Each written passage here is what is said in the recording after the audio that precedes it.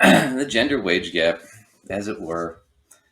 Now, the thing about it was this was kind of a big issue when Obama was president. He tried to jump in on this, and like a lot of things that he had good intentions for, it kind of got screwed up right from the onset.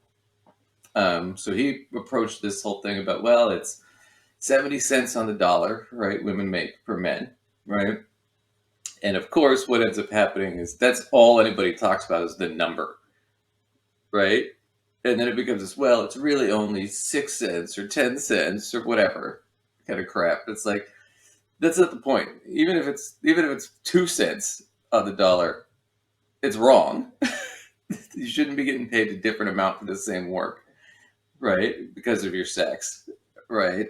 Or your skin color or anything, right? But of course, that's how the conservatives had to spit. Oh, no, that's the number. Focus on the number, right? And that's how they got that whole kind of screwed up. But I want to start off this. This is John Oliver, and he did a whole bit on this, but I wanted to show this little bit here. He did a whole thing on the gender gap back in 2014.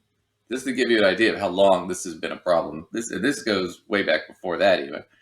But I'm just going to take a real quick clip from him, and hopefully HBO doesn't sue us.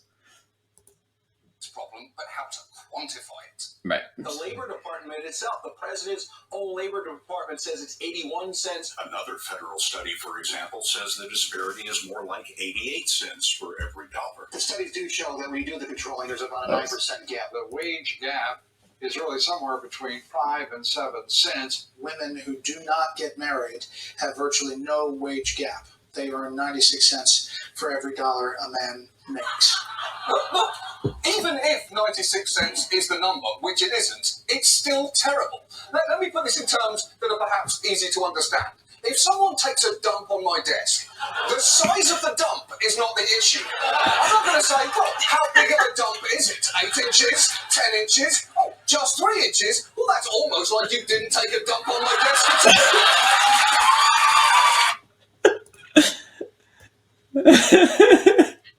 I mean, he's not wrong. It's a funny show. If you haven't seen it, that whole episode is really good too. But no, it's a funny show. But he's right. It's essentially the same. It's like somebody took a dump on your desk. We're not really caring about the actual penny per dollar, right? But that's what they have to make it into because it's a red herring away from the issue. So if you haven't seen that episode, you should see that last week tonight episode. But that's the thing that we need to talk about. So why is it that it happens? Okay. And a lot of it is just sort of sexism in general. They've taken studies where they'll put Jennifer and John on the exact same resume. The only thing they'll change is the first name from Jennifer to John. And the guys, the ones that have John on them, are more likely to get offered more money up front if they select them. Then they're more likely to be selected. So there is a degree where women just get underpaid because businesses think they can get away with it, right? Now, the other thing about that is there's some of that. Some of the other big issue with the gender gap is, like they said, women tend to peak earlier, and I'm going to show you this just to kind of give you an example. So this is just how much American men earn at every age versus women too, right? So Bureau of Labor Statistics, second quarter. So this is the median age groups, and then. So this is the first one, I think was, let's see. This is men, and then women are down here. So men, 16 to 19, 26,000. Women, same age, 21. Right? 2024, 28 to 31, 40 to 46. See, women make a lot less. But as you see here, women peak out right here, 35 to 44, 47. Men don't peak out until much later. Right? Interesting. Well, but what is the other thing that happens? Ageism, right? Which affects women more than men, Yes, that's absolutely true. right? And there's kind of a stigma where it's like, oh yeah, you can still be a 55-year-old guy and still be good looking. Right? Not so likely with women. Not such a thing, right? Women start getting hit with the perception of being old Mm. at much younger ages than when those ideas get applied to men, for sure. Right. So there's social stigma that gets applied to this with age in women versus age in men, right? Expectations. The other thing is there's also societal stigma, I would argue, where women start out and women, and this is just statistically true, that women are more likely to stay in a position longer than men, especially young men, and that's just a fact. Young men tend to bounce around. The other thing about that is the women. So you feel like as an employer, well, you can probably pay them less; they're still more likely to stay, right? As opposed to a young man, it feels like I have to pay him more to keep him because they're statistically more likely to leave, right?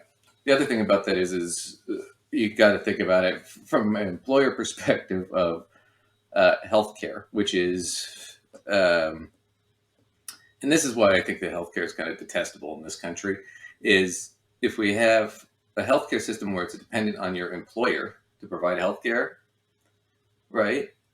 Then it's hard to leave your employer, and especially if you have family or kids, Hmm. because you can't have a 5-year-old and then not have healthcare for 3 months while you're switching jobs. Because if that kid gets sick or something, it's going to be devastating, right?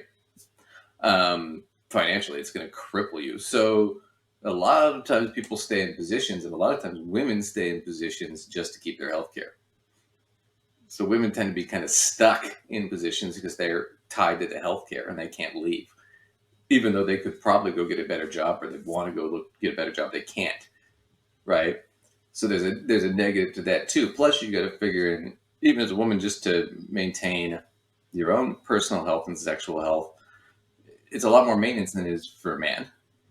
You have to go see a gynecologist. A lot of times, women are the ones that are doing birth control, right? For guys, birth control mostly is just go get some condoms. For women, it's a fucking procedure. They got to go to a doctor and they got to go get prescription shit, and it's not just Right. yeah, it's not just I can just walk into 7-Eleven, right?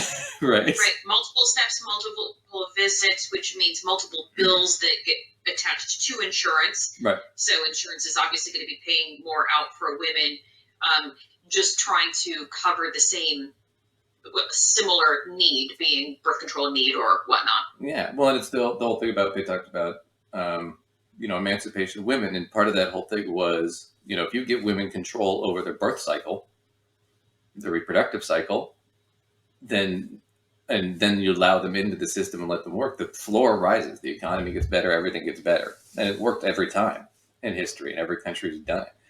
But once again, if now that's dependent on the employer,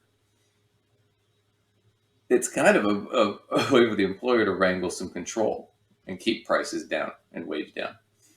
That would be I would counter argue that. I mean, you could probably argue against that. But for me, I mean, I could see that a lot. Where it's like for a young guy, if you're single and you don't have kids, it's like, oh, I don't need the healthcare for 3 months. You can sort of justify it. But it's harder if you're a young woman and it's like, well, fuck, I got to go see a gynecologist or I have these, things going on or whatnot. Mm-hmm. Because we're a guy, you're kind of like, you get a physical maybe once every 2 years, if you think about it. So it's just one of those things. But I think that was a good example to show that just women just in general make less at every age group. And they tend to peak out about that age, about the time they get to their 40s, when they start tending to get looking older. You know what I'm saying? As where men don't peak out until their 50s. And actually their early 60s. Because I think it's less appearance based and more experience based for men. As with women, I think it's the reverse. So